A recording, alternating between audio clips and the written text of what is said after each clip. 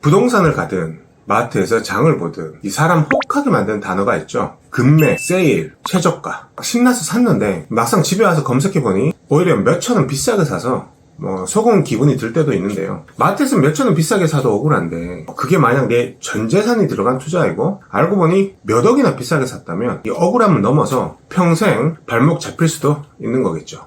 며칠 전 회사 후배에게 연락이 왔습니다. 열심히 저축하고 주식으로 불린 돈을 모두 처분해서 금매로 나온 상가주택에 투자하고 싶은데 지금 나온 이 금매 가격이 싼지 비싼지 잘 모르겠다고 도움을 요청해 왔습니다. 인생의 큰 기록 앞에 서 있습니다, 지금. 왜 또? 동네에 그 건물 하나가 나와가지고, 아, 그래서 그냥 내가 이 집 정리하고 그때 들어가서 살고 이렇게 할까 싶은데, 이게 맞는 건지 잘 몰라가지고, 근데 시세랑 이런 걸 어떻게 봐야 될지 잘 모르겠더라고요. 그 주변에서 막 자주 사고 팔고 이런 것도 아닌 것 같고, 그래서 거기서 부르는 값이 뭐 본인은 이제 금매라고 그러는데, 저희가 봤을 때는 금매가 맞는지 안 맞는지 이런 것도 잘 모르겠고 해가지고, 뭐 어떻게 판단을 하는 게 좋을까 싶어가지고요. 얼마 달라는데?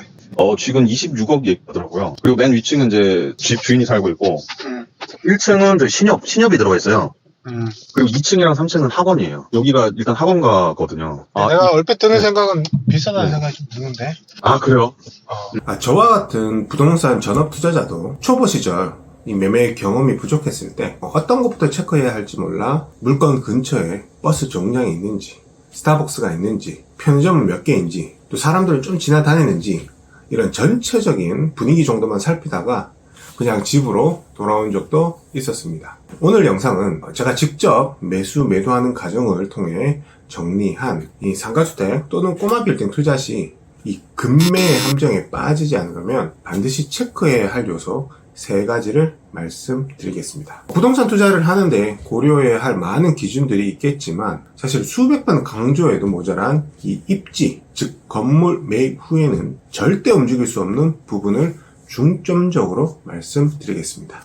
먼저 해당 물건에 대해 브리핑을 좀 드리겠습니다. 이게 총 4층짜리 건물인데요. 4층짜리 건물이고 보면은 이게 1층, 2층, 3층, 4층이고 1층은 전용 면적 기준으로 30평, 2층, 3층, 4층은 40평이 되는 4층짜리 상가 주택입니다. 즉 1층부터 3층까지는요.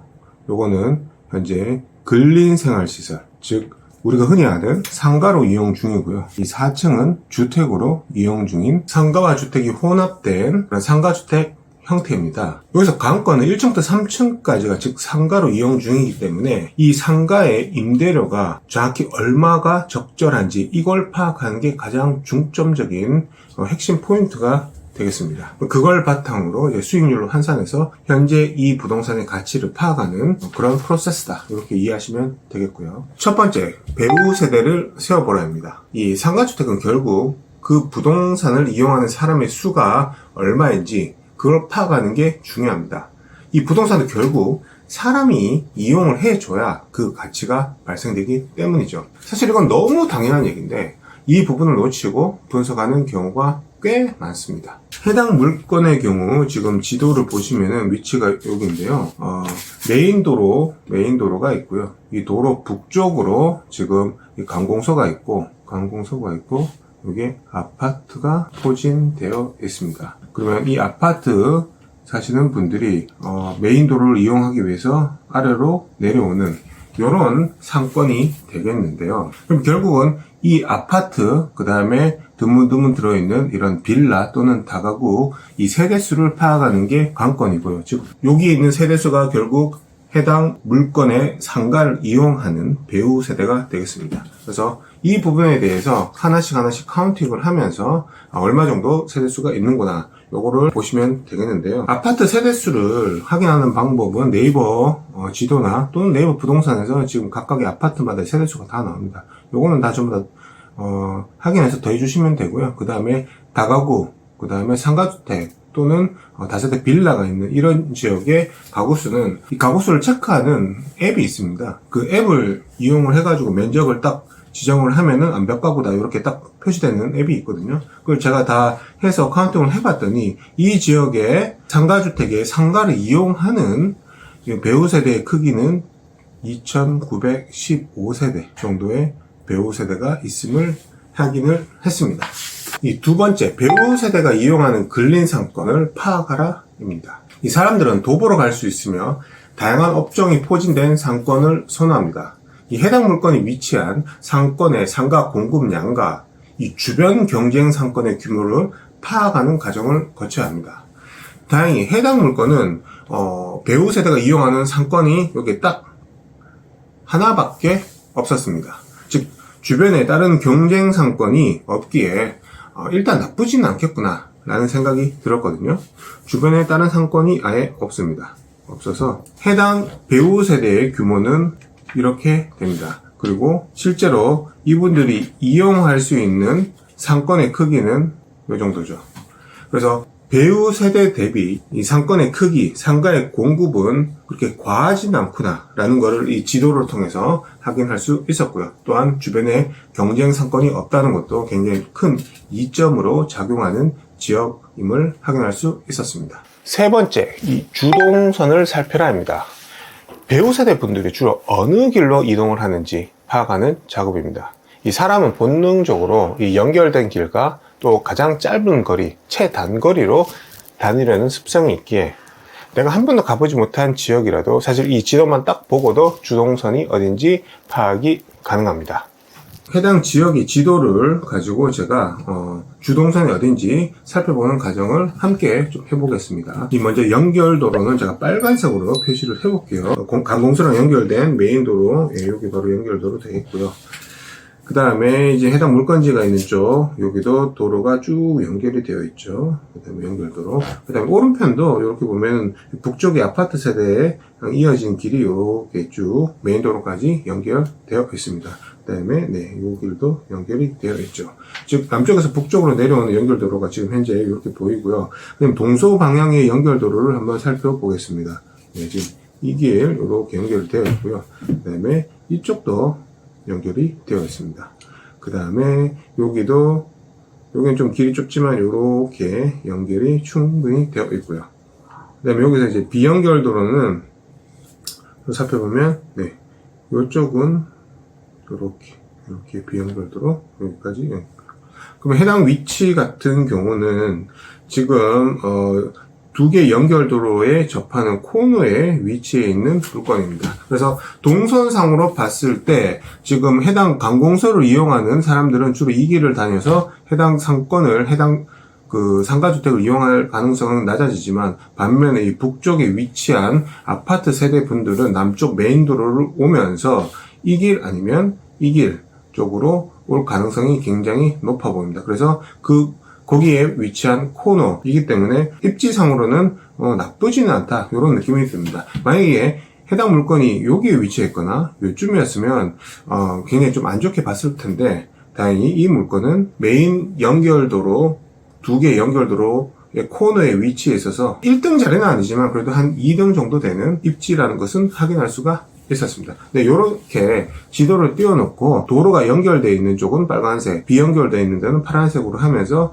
제일 1입지, 2입지, 3입지 이렇게 찾아가는 연습을 직접 하시면 되겠습니다. 이 세 가지 항목을 기준으로 이 현재 임대료가 높게 세팅이 되었는지 아니면 시세보다 낮게 되어 있는지 살펴볼 필요가 있는데요.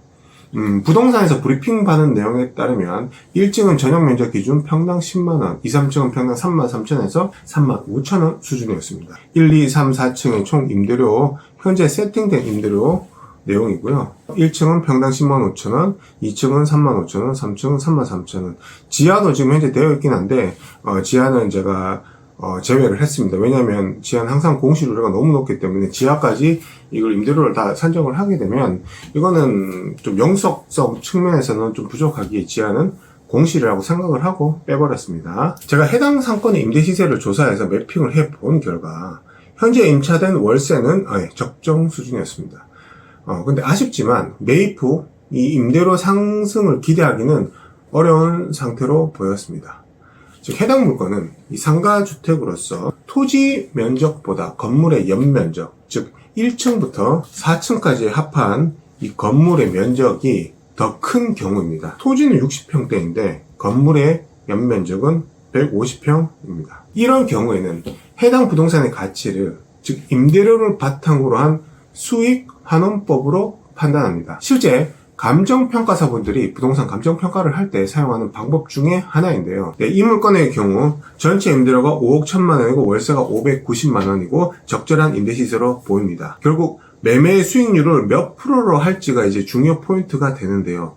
현재 한국은행 기준금리와 그 다음에 이와 연동된 은행 예적금 금리보다는 당연히 높은 수익률로 세팅이 되어야 하겠죠. 그리고 이런 지역적인 요소를 감안하고 그에 따른 공실 우려 등을 전부 고려를 해서 종합적으로 매매 수익률을 산정을 해야 합니다.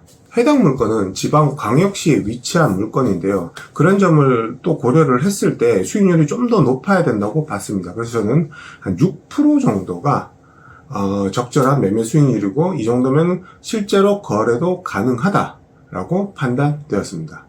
즉 이 기준으로 해당 물건의 가치를 평가해 보면 590만 원 곱하기 12달 이거를 수익률 6%로 나눈 다음에 보증금 5억 1천만 원을 더하면 이 물건의 가치는 16억 9천만 원이 됩니다. 그런데 부동산에서 급매라고 브리핑 받은 가격은 26억 원이었죠. 실제 가치 대비 9억 1천만 원이나 비싼 금액입니다. 이게 어떻게 급매가 될 수 있을까요? 진짜 급매라면 한 15억 정도에 나와 있어야 하겠죠. 결론적으로 회사 후배에게 얘기했습니다.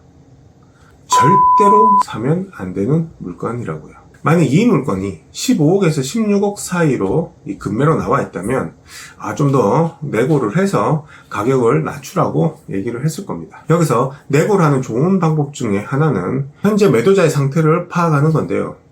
왜 이 부동산을 팔려고 하는지 그 이유를 알아내는 것입니다.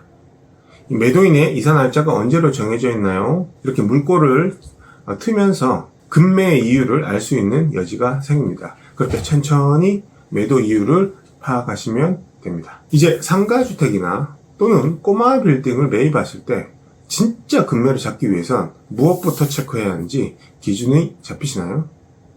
지금까지의 내용을 간략하게 정리해 놓았으니 이 필요하신 분은 바로 캡처하시면 됩니다.